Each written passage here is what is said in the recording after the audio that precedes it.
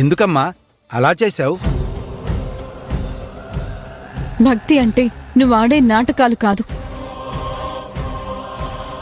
కఠిన నియమాలు, కఠోర దీక్షలు చేయాల్సి ఉంటుంది. పంతాలకి పట్టింపులకి పోవటం, మోసాలు కుట్రలు చేయటం, మనుషుల్ని ఎలా నిందించాలో ఎలా బాధ పెట్టాలో తెలుసునడం కాదు భక్తి శ్రద్ధలంటే.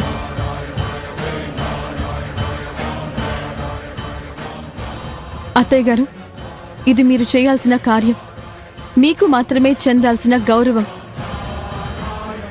మీ నుండి ఎవరు లాక్కోవాలని చూసినా అది జరగని పని అని ఆ దైవమే చెప్తోంది.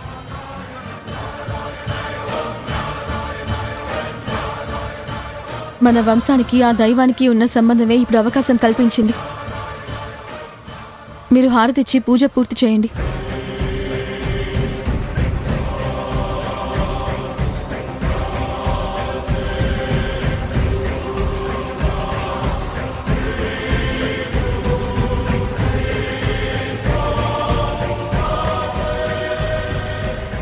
ఓం శ్రీమన్మహాగణాధిపతయే నమః. లక్ష్మీనారాయణాయ నమో నమః.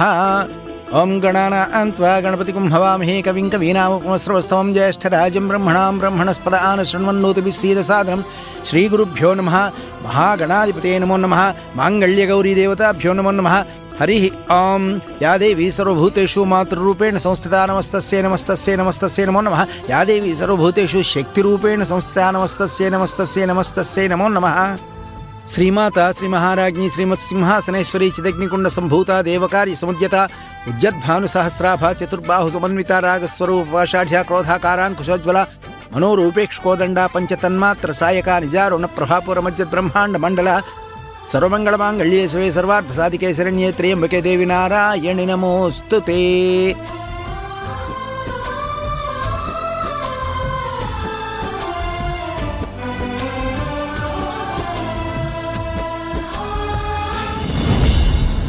అమ్మా వేదవతి గారు, ఈ వీరఖడ్గాన్ని పొందడానికి చేయాల్సిన పనులన్నీ మీరు విజయవంతంగా పూర్తి చేశారు.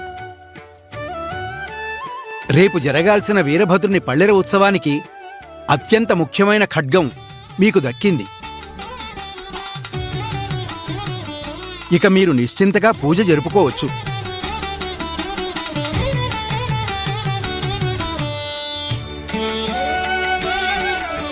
ఇది ఆ దైవమే ఇచ్చిన మహాప్రసాదం. వీరభద్రుడే దగ్గరుండి తన పూజలు మాతో చేయించుకోవడానికి ఇదంతా చేసినట్టుంది. ఎవరు ఏం చేయాలో ఆ దేవుడికి తెలిసినట్టు మామూలు మనుషులకి తెలియదు కదా అత్తయ్య. ఖడ్గమైతే సాధించారు, కానీ విగ్రహాల మాటేంటి?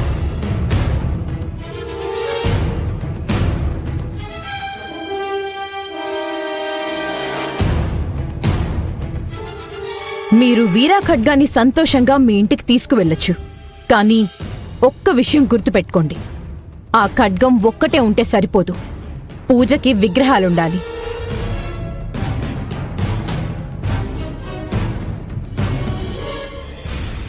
ఆ విగ్రహాలు నా ఇంట్లో ఉన్నాయి. అవి ఎట్టి పరిస్థితుల్లోనూ మీ ఇంటికి రావు, రానివ్వను.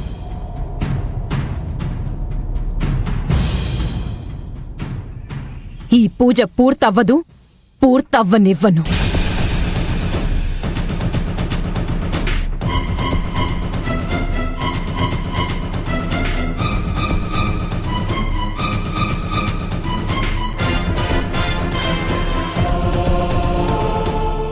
కనిష్క గారు చెప్పింది కూడా నిజమేనమ్మా.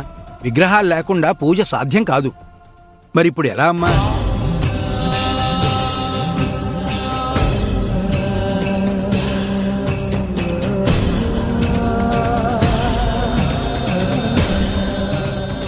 పూజ జరుగుతుంది పంతులు గారు.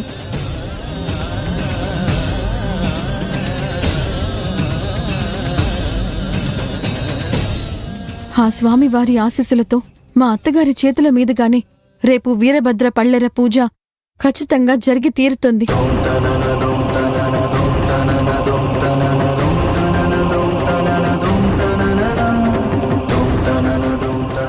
దానికేం చేయాలో నాకు బాగా తెలుసు.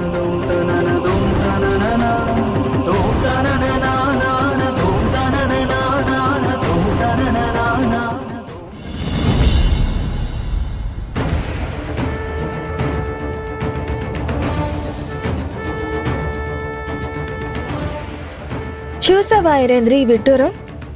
ఇంట్లో అందరూ ఆ అభి మాటల్నే నమ్ముతున్నారు.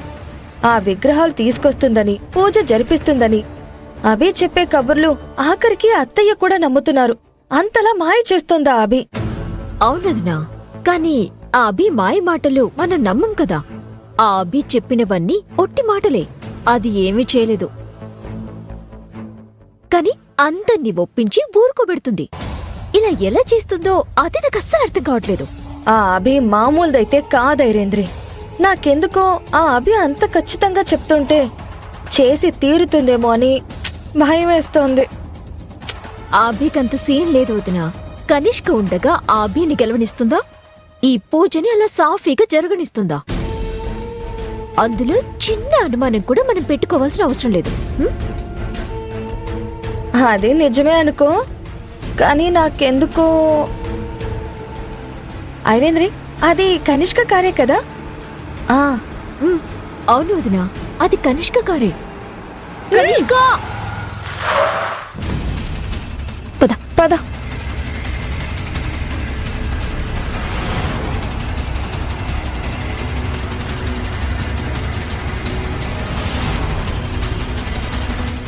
ఏంటి ఇద్దరు రోడ్డు మీద పడ్డారు? ఆ అభి వేసే వేషాలకి, చెప్తున్న డైలాగులకి బుర్ర హీట్ ఎక్కి ఇలా రోడ్డు మీద పడ్డాంలే. అంత పెద్ద డైలాగులు ఏం వేసింది? ఆ అభి నీ నుంచి ఎలాగైనా విగ్రహాలు తీసుకొస్తానని ఇంట్లో వాళ్ళకి మాటిచ్చింది. వాళ్ళంతా అది నమ్మేస్తున్నారు. ఆ అభి ఎంత కాన్ఫిడెన్స్ గా చెప్తుందంటే మేమే నమ్మేస్తామేమో అనిపించింది. దానికంత సీన్ లేదు. నేను విగ్రహాలిచ్చే పరిస్థితి రాదు. దాని గురించి మీరు కంగారు పడాల్సిన అవసరమే లేదు. మాకు అవసరం లేదు సరే, మరి ఆ అభి ఎందుకంత ఖచ్చితంగా చెప్తుందనే మా డౌట్ కనిష్క.